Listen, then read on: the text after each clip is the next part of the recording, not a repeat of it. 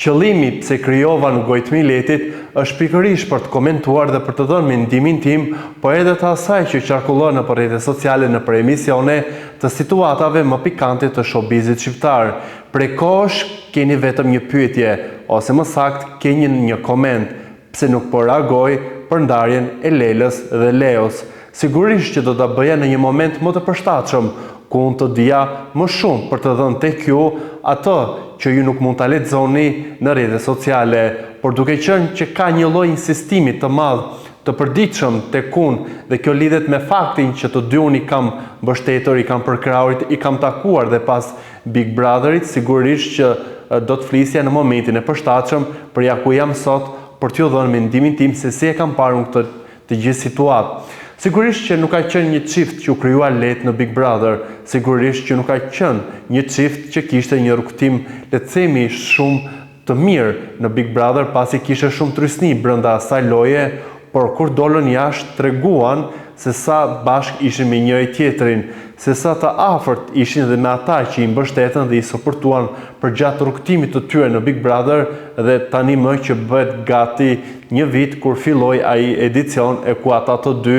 ishin banor edhe lidhen shpirtat me njëri tjetrit. Por ndarja nuk besoj që ka ardhur në mënyrë të befasishme. Sigurisht janë detaje që unë nuk i di, sigurisht janë situata që ata nuk i kanë ndarë, siç mund të bëjnë personazhe të tjerë, por Lela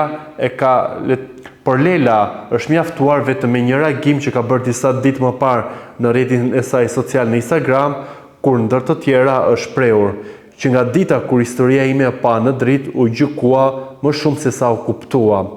U komentua çdo gest, çdo fjalë, çdo heshtje ime se kur të isha një personazh i dhe jo një njeri. Por unë kam mësuar që s'ke nevojë të shpjegosh asgjë për të mbrojtur të vërtetën tënde. Nuk kam as nevojë të fsheh as të justifikohem. Kush ka qenë plan me zemër e di mirë se çfarë kam dhënë, por sot nuk jam as viktim, as histori e dikujt tjetër, jam thjesht unë. Dua të ec përpara me qetësi, me dinjitet dhe me të gjithë projektet që më presin, sepse çdo fund që vjen është fillim i një jete më të vërtetë. Tabloja është e qartë, tabloja është e kuptueshme dhe tabloja flet troç. Sigurisht që është një çift që unë kam thënë gjithmonë që për mua kanë qenë më të vërtetët dhe më, le të themi, më të dashur nga publiku dhe i qëndroja asaj që kam thënë.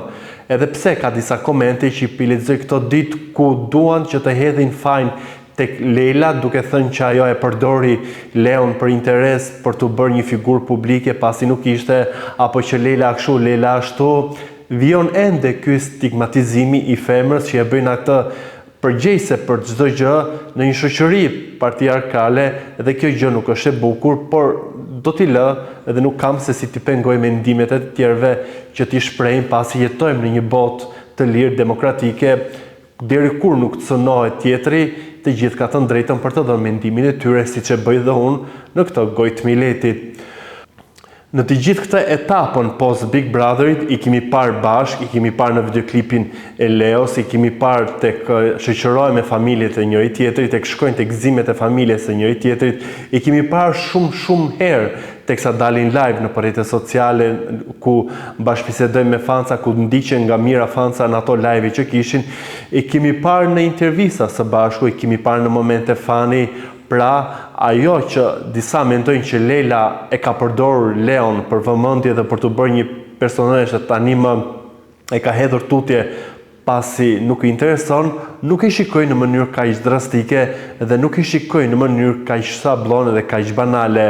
pasi për disa duhet të them që Lela e ka suportuar Leon në çdo koncert që ai kishte gjatë verës që lan pas, e ku për disa paraqitja e Lelës mund të ishte e tepërt, për mua ka qenë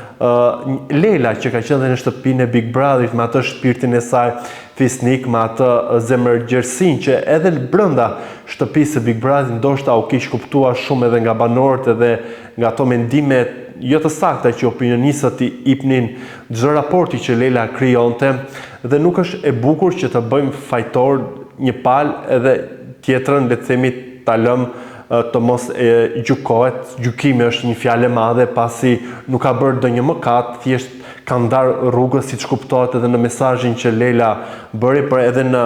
reagimin shumë le të themi me një fjalë që Leo bëri ok pas story që Leila nxori, ku ditën tjetër ajo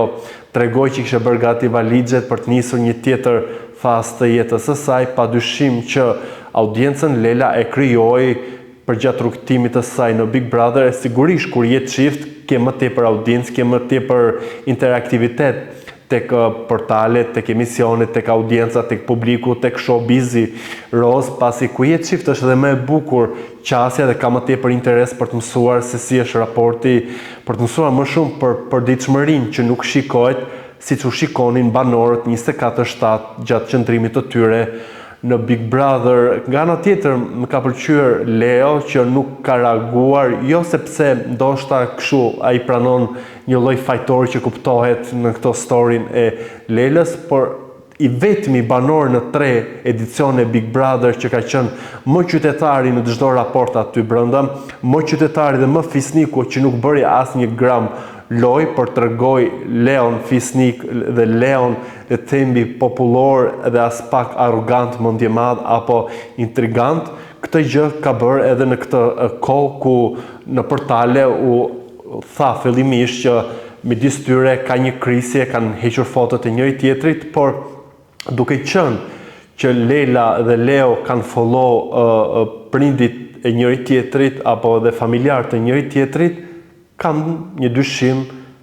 që nuk e di se cili është, por e kam një dyshim për këtë situatë. Pra do të thotë që nuk kemi të bëjmë me një krisje të madhe, mund të kemi të bëjmë me një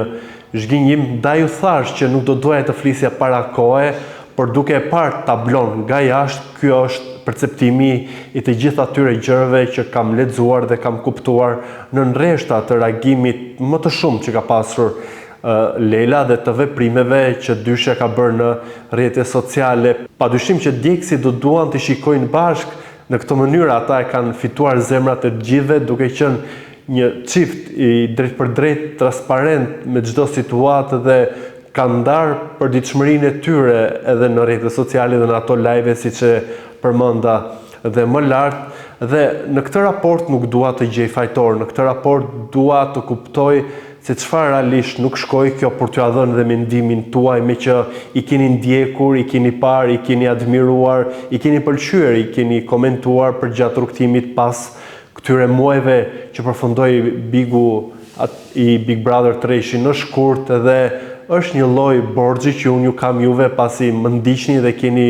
le të themi kurreshti për të ditur edhe mendimin tim, i cili formësohet jo vetëm nga ato që unë shikoj në rrjetet sociale, në portale që komentojnë në emisione, por edhe në brendi, pra me vetë personazhet, duke marrë një lloj impakti edhe nga ata për situata ku preken dhe ata janë protagonistë. Paka shumë kjo është e gjithë ajo që unë mund të them për këtë situatë, por më shumë duhet të prisni ju, pasi edhe unë po pres të marrë një lloj, le të themi, komunikimi me ta. Ndoshta nuk duan të flasin për mediat me të drejtë, por do të jemi këtu nëse do të ketë diçka të re. Duke ju falendëruar që ndoqët këtë video, mos harroni të komentoni dhe të jepni mendimin tuaj, por më kryesorja është edhe t'i bëni subscribe kanalit Koha Jon në YouTube.